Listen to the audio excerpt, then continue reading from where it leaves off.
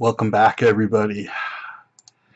We are in the third video of our 6-video series on using the English curriculum to plan effectively.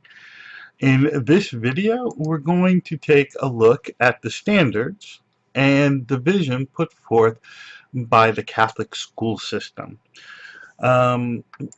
Remember to use the study guide. It is really important that you use the study guide for this particular video because the study guide will ask you to list additional things that you hear and not necessarily copy things that you might see.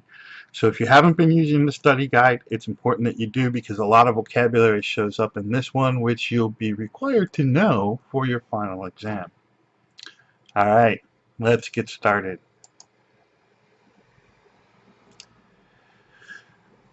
Let's begin with the standards. The standards, known in Flemish as the Eindtermen, were put forth by the Ministry of Education. We'll use the word standards when we're talking about them in class. You'll use the word Eindtermen when you're talking about them with your colleagues actually in schools. Standards actually refer to any broad goal set forth for the end of an educational period. And in this case, we have standards for each of the 3 grades. Also, you have standards not only for each of the 3 grades, but also sometimes different standards depending on the direction, whether it's ISO, TSO, or BSO. And of course, TSO and CASO go together. The standards in the Flemish community are written particularly for modern foreign languages, and in this case, particularly for French and English. As you all know, students begin learning French in primary school here and begin learning English as their 3rd language or 4th language, if the case may be, in secondary school. So what specifically do the standards for modern languages say? First, they now talk about 5 skills. The curriculum and the standard that came before this new set talked about 4 skills, but now they talk about 5 skills. So you have your 2 receptive skills, reading and listening, and now we have 3 productive skills, writing and speaking, which are not new, but the new one is a spoken production or spoken interaction. That is a whole separate item now in the curriculum, and that's probably one of the most important ones. As we're going to see in a few minutes, one of the goals of the new curriculum is to make our students communicators. And to be communicators, they not only need to speak on their own, they need to speak to each other. The standards also talk about the text types that need to be used in teaching. You have your typical text types, your information text types, your narrative text types, but they also talk about using prescriptive text, which includes things like advertisements and things like that, and argumentative texts, which are more somebody's opinion on something, a pamphlet or an essay. And then, of course, artistic literary text, which would include songs and poems and films and TV shows and pieces of literature or whole literature books.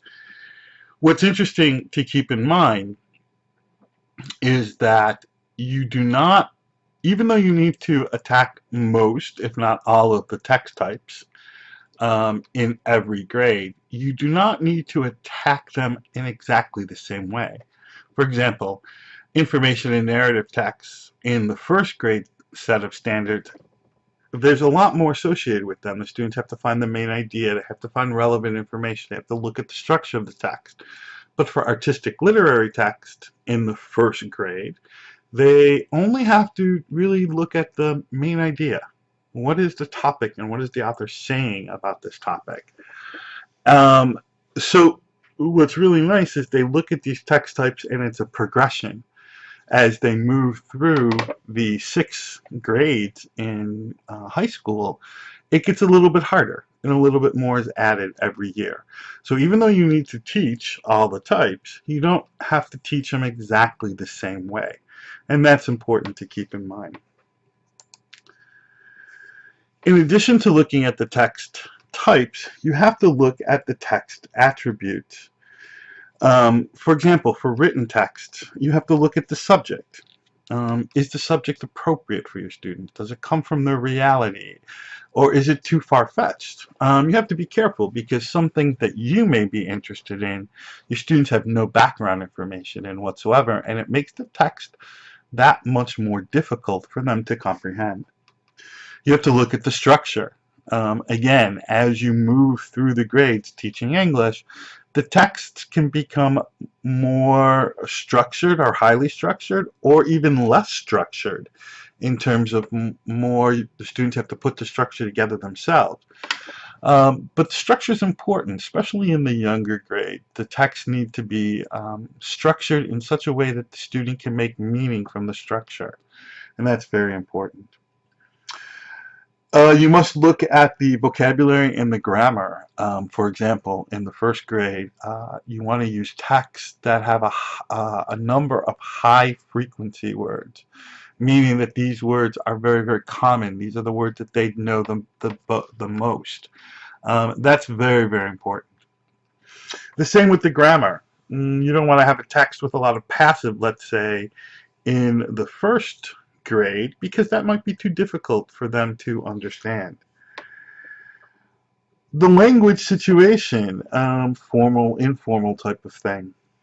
In addition, for spoken text, you need to look at the pronunciation, the articulation, and the intonation of the speaker.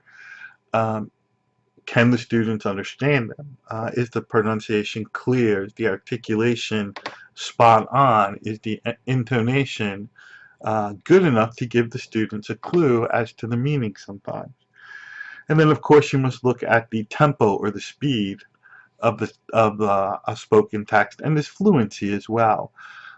For example, in the 1st grade, you don't want to use a text that does a lot of blending of letters in the spoken piece because then the students can't make out words. And sometimes that's why songs become more difficult for students because there's shortened words, there's a lot more contractions that don't exist in normal spoken language, and there's a lot more blending of endings, which then make it more difficult. So you have to look at all these things, and actually the standards for all of these text attributes tell you exactly what you need to be looking for at each level. That's important.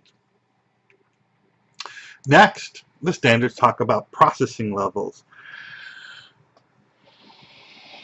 You don't have to do everything at exactly the same way. Let me say that again. You don't have to do everything exactly the same way. There are 4 processing levels that the curriculum talks about: copying, descriptive, structuring, and judging, or copying, describing, structuring, and judging. This is how I like to think about them. For the copying level, I mean, basically what the students are doing is copying something verbatim, word for word. I like to think of that as the right there type of thing. The students don't have to go too far. They don't have to search a lot of the text. They don't have to infer meaning. The exact words that they need to use are right there, and the student can pull them out and write them down. For the describing level, I like to think of it as it's not all right there. It's more a think and search type of thing. The students have to do a little bit of looking. Maybe part of the answer is in the beginning of the text, part of the answer is in the middle of the text. You have to put them together. But again, the answer is there. They just have to find the pieces of the answer, like in a puzzle, and put them together to make a nice picture. The structuring level can be thought of as more as the you and the author. there's more inferring at this level, more reading between the lines. What was the author's intent? Things like that. That's very important. And then the last is judging. Think of this as the on your own. Okay, so you've read or you've listened to a piece of text, and now you want to form an opinion. You want to judge it. You want to say, was this a good text or a bad text? Do you agree or do you disagree? Where would you take this text if you disagreed, let's say? Again, like like the text types, not all the processing levels are taught in all the grades. For example, in the first grade, the focus, of course, is going to be on more the copying and the describing. But as students move through, then you're going to add structuring, and then finally judging. Or maybe because they're dealing with information and narrative text early on in the standards, maybe by the time they get to the second grade, they're going to do more structuring with narrative and information text, but they're still only going to be doing copying with prescriptive text or argumentative text. So it differs. So you have to look because, again, not everything is taught the same. And that's important because sometimes teachers fall into patterns of teaching everything exactly the same way. The next thing the standards talk about is culture, the intercultural component, they call it. And what's important here is that they're not limiting the culture that you can use to pull from. So you can pull from the United Kingdom, you can pull from America, Australia, Canada, the primary countries that speak English as the first language. Maybe later on you might pull some more stuff from maybe India or South Africa, something like that. Um, of course, the two primary cultures that are taught are British and American culture. Um, and there should be a mixed right away. There should not be a focus only on one. So, for example, if you're going to teach the English breakfast, which, by the way, I absolutely love, and it's the basis of the American breakfast as well, then teach the American breakfast, let's say. If you're going to teach food, don't limit yourself to foods found in Great Britain. Maybe add some foods found in Australia, the mango, the kiwi, things like that. This is important that the students appreciate that English is a world culture and not necessarily limited to one island across the channel from us. Something brand new and also something very difficult for a lot of teachers to put their head around is this concept of the language task, in Dutch known as the taaltaak. It's a form of assessment, basically. If the goal of the curriculum is to teach the students to communicate in authentic situations, then the assessment should be authentic situations in which they have to communicate. And that's what the language task says, that we should be focusing on these types of things. So, for example, if you want to do a role play and you've taught terms associated with medicine or doctors or hospitals, um, it's okay for the students to be the patient, but it's not okay for the students to be the doctor. That's out of their realm. Of course, they should understand passively what a doctor means when he says, yeah, and what's going on with you today, or what hurts you today, or where, rate this pain on a scale of 1 to 10. They should understand those things and be able to respond to them, but they shouldn't have to know all those expressions, let's say, to use them. In addition, when you're thinking about assessing, um, whether you're assessing the end of a unit or you're assessing in a period of time, you should be thinking about using a language task as your form of assessment. And we're going to spend a whole class on language tasks so that you're familiar with them. And actually, you're going to develop one for your Vakhtadakti class. The last thing the standards focus on is this concept of integration and contextualization. You should not be teaching the skills in isolation, nor should you be teaching the knowledge in isolation. Everything needs to be integrated. Skills with skills, skills with knowledge. So it's very, very important. And the concept of contextualization is that, it's sort of the idea that you pick a theme, let's say, and food or shopping, and then you teach stuff that the student need in that context. So they might need uh, clothing, they might need price information, they might need certain expressions. They might be able to have to review the present simple, let's say, which is commonly used when shopping, things like that. So that's contextualization, and the curriculum stresses that. Now, after the standards were put forth by the Ministry of Education, the Catholic schools decided to review them, and they came up with what they came up with was something called a vision. Actually, a vision for the education for modern languages. So how are we going to teach modern languages in our schools? This document came out in 2007, and it's very, very relevant to the curriculum that you'll be using in your classes today. A copy of this document is up on Toledo if you'd like to read it. What does this document say? Well, actually, it says a lot. First, it sets the goals for language learning. I mean, why are we teaching students to learn English or French or German or Spanish or whatever the case may be? Well, they set up a few goals. First, to have social contact with foreigners. That's very important, I think, here in Belgium. To conduct research and studies in higher education. As you know, more and more institutes of higher education are offering courses in English, just like now more and more secondary schools will be offering courses in English as well. The majority of research done across the world is done in English. When students get to higher education, they end up reading research done in English, and if they pursue research or pursue a degree in higher education, they have to do more with English. I can't tell you how many students I know who are not teachers of English like yourselves who have to write their final bachelor proof in English. That's a pretty daunting thing to do. To work in a profession, it's very possible, especially in the environment in which we live in, that students will have to use English in the workplace.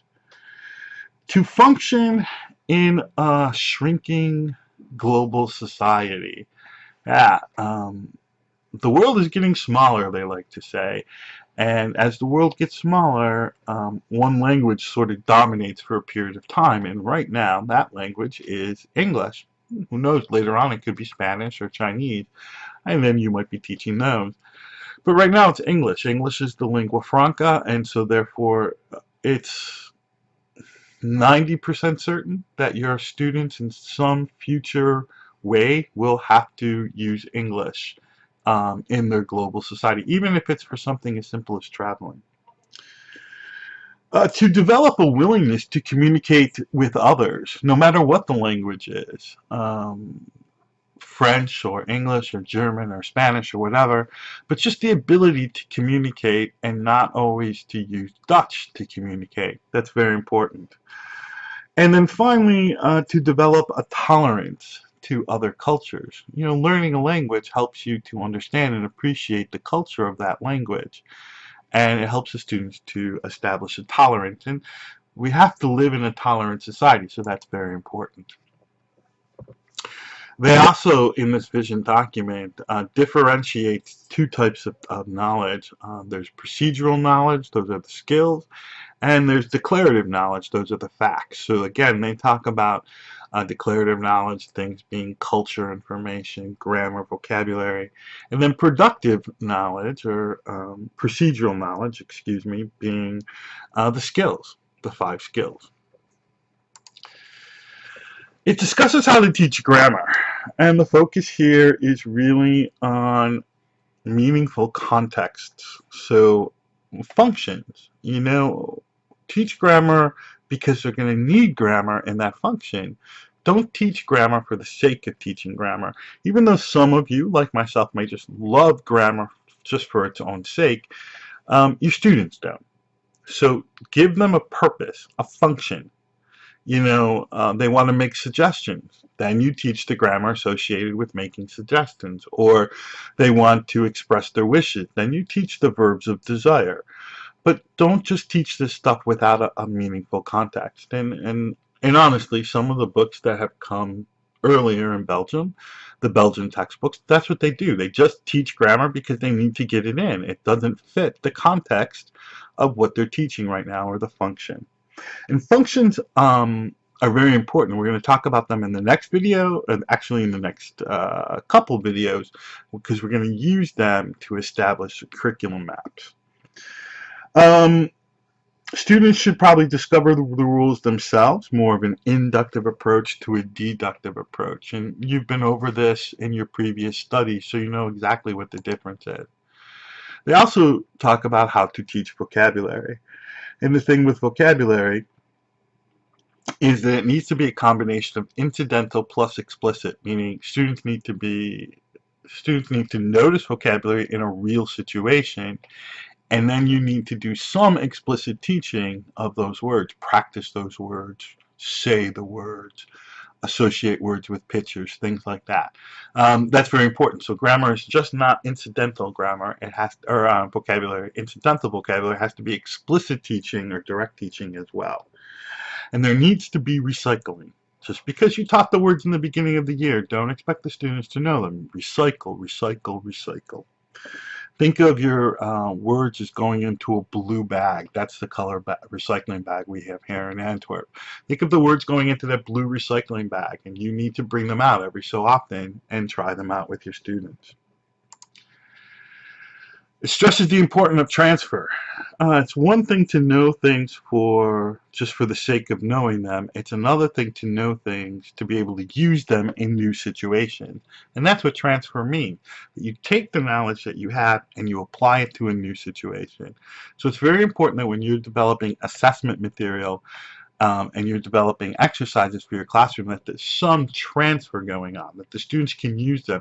So if you're giving them words, let's say associated with shopping, but some of those words also apply to something else, let's say clothing, or yeah, that's a good example. Go shopping for clothes, but then putting the clothes away in the house, or wearing clothes, you know, build that in, so that they see that these words are not just associated with shopping, but they're also associated with this topic as well, and the students need to link the two topics together.